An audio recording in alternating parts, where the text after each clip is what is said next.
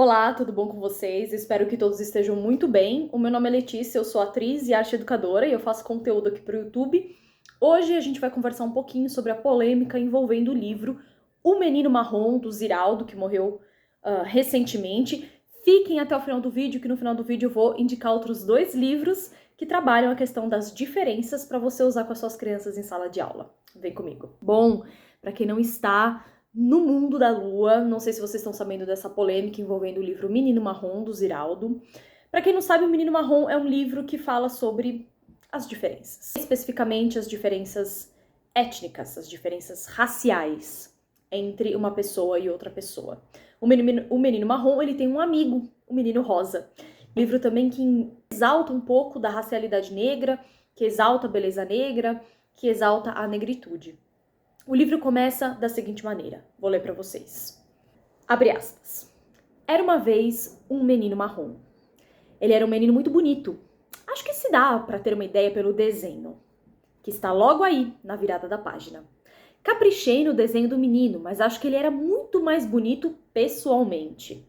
Vou até ter que ajudar com algumas informações, que é para a descrição do menino marrom ficar mais completa. Sua pele era cor de chocolate puro, não daqueles misturados com leite. Não gosto de chocolate com leite, daí achar a cor de chocolate puro mais bonita. Os olhos dele eram muito vivos, grandes. As bolinhas dos olhos pareciam 2 jabuticabas, pretinhas. Aliás, pretinhas não, jabuticabas não são pretas. Para falar a verdade, tem muito pouca coisa realmente preta na natureza. Bom, gente, esse é o primeiro parágrafo do livro O Menino Marrom, é um livro infanto-juvenil, enfim, voltado para crianças, para adolescentes, e um dos principais livros para tratar especificamente dessa questão das racialidades, que é um tema muito importante para o nosso Brasil, para nossas brasilidades, para a gente se entender como pessoa, como sujeito, enfim, como brasileiro, é tudo muito importante. Qual que é a polêmica? Peguei aqui uma reportagem do G1, tá? Vocês podem consultar, mas existem outros canais de jornalismo que também escreveram sobre o assunto, tá? Perdão, falei bobagem, eu peguei a CNN para ler para vocês, tá? A chamada da CNN tá da seguinte maneira. Livro infantil Menino Marrom de Ziraldo é suspenso de escolas na cidade escola de cidade em MG, né, Minas Gerais. O livro Menino Marrom foi suspenso temporariamente de atividades das escolas de Conselheiro Lafayette, região central de Minas Gerais. A decisão da Secretaria Municipal de Educação partiu após diversas manifestações e opiniões negativas dos pais acerca da obra. O anúncio da suspensão foi feito nesta quarta-feira, dia 19 de junho, pela Prefeitura da cidade. Em nota, a Prefeitura elogiou o livro, descrevendo como um recurso valioso e uma das principais obras infantis a abordar os temas sociais. De 1986, o livro de Ziraldo conta a história de um menino marrom e de seu amigo, um menino cor-de-rosa. Os dois querem descobrir juntos os mistérios das cores e acabam por aprender sobre diversidade, respeito e a amizade entre pessoas diferentes. Acho que é importante dizer um primeiro ponto aqui para os meus comentários é que não sei qual que é a prefeitura dessa cidade, não sei qual partido ela está vinculada, qual ideologia ela está vinculada. Mas eu acho que tem um ponto muito importante aqui para a gente ressaltar. Quem fez os comentários negativos acerca desses livros foram quem? Os pais.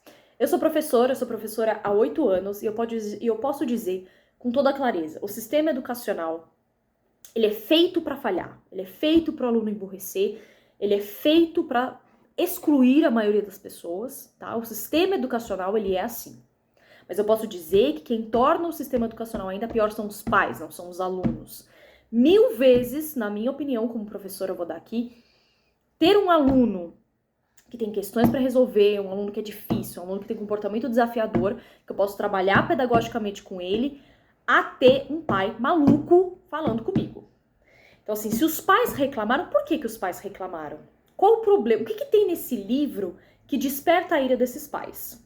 Eu acho que todo mundo sabe a resposta disso, acho que não precisa ser nenhum expert para saber disso, né? Então, a gente sabe claramente que isso está envolto de né?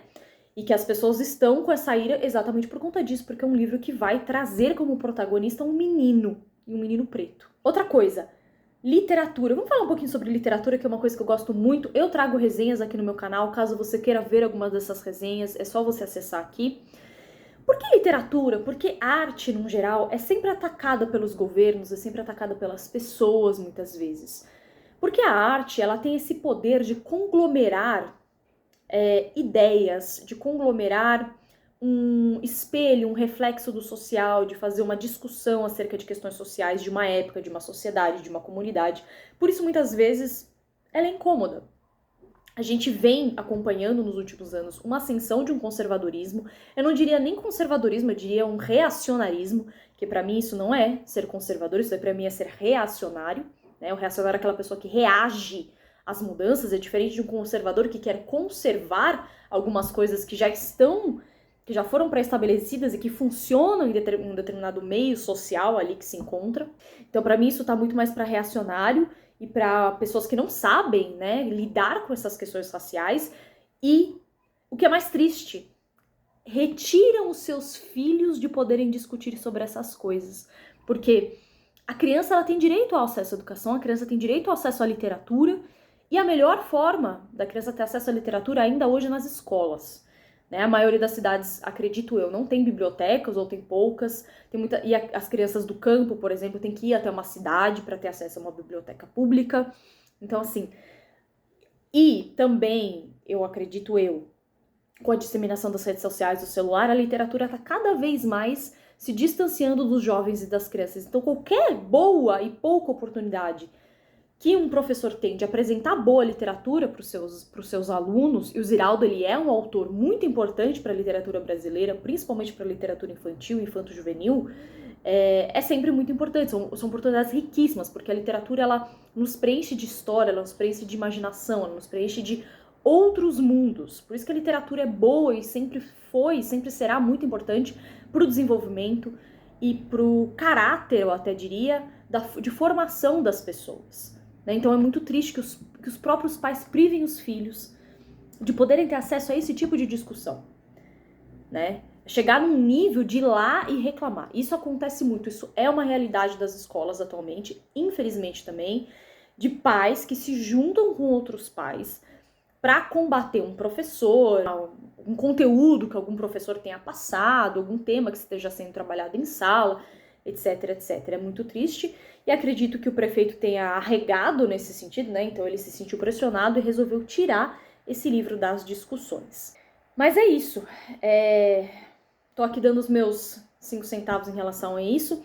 A arte, ela é incômoda, a boa arte, ela é sempre incômoda, ela é sempre uma brecha de luz que a gente muitas vezes não consegue enxergar nós mesmos, e a gente precisa da ajuda dos artistas para que a gente faça isso.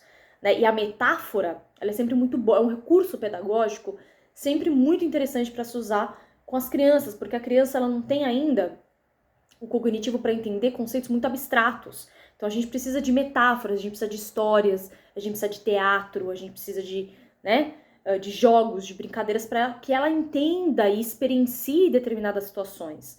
E nesse sentido, o livro do Ziraldo é muito importante. Não é de hoje que vem acontecendo essas censuras, não sei se vocês se lembram de anos atrás daquela exposição que foi muito criticada, e depois teve aquela performance que ocorreu, acho que no MAM, em São Paulo, que é o Museu de Arte Moderna, que fica localizado no Ibirapuera, no Parque Ibirapuera, aqui em São Paulo. Então, assim, a gente vai vendo esses ataques aos artistas. E os artistas, né? Tô falando do artista raiz, não o artista que tá na TV, né? Os outros artistas anônimos que vivem na sociedade é uma categoria muito fácil de você criminalizar, de você perseguir, não só por essas questões ideológicas, mas porque as pessoas não... O cidadão médio, ele não liga muito pro artista médio, para aquele artista de rua, pro cara que trabalha num circo, para um ator que é só um ator de teatro, não necessariamente aparece em filmes, ou novelas, ou qualquer coisa do tipo. Então é uma categoria muito facilmente perseguida aqui no Brasil.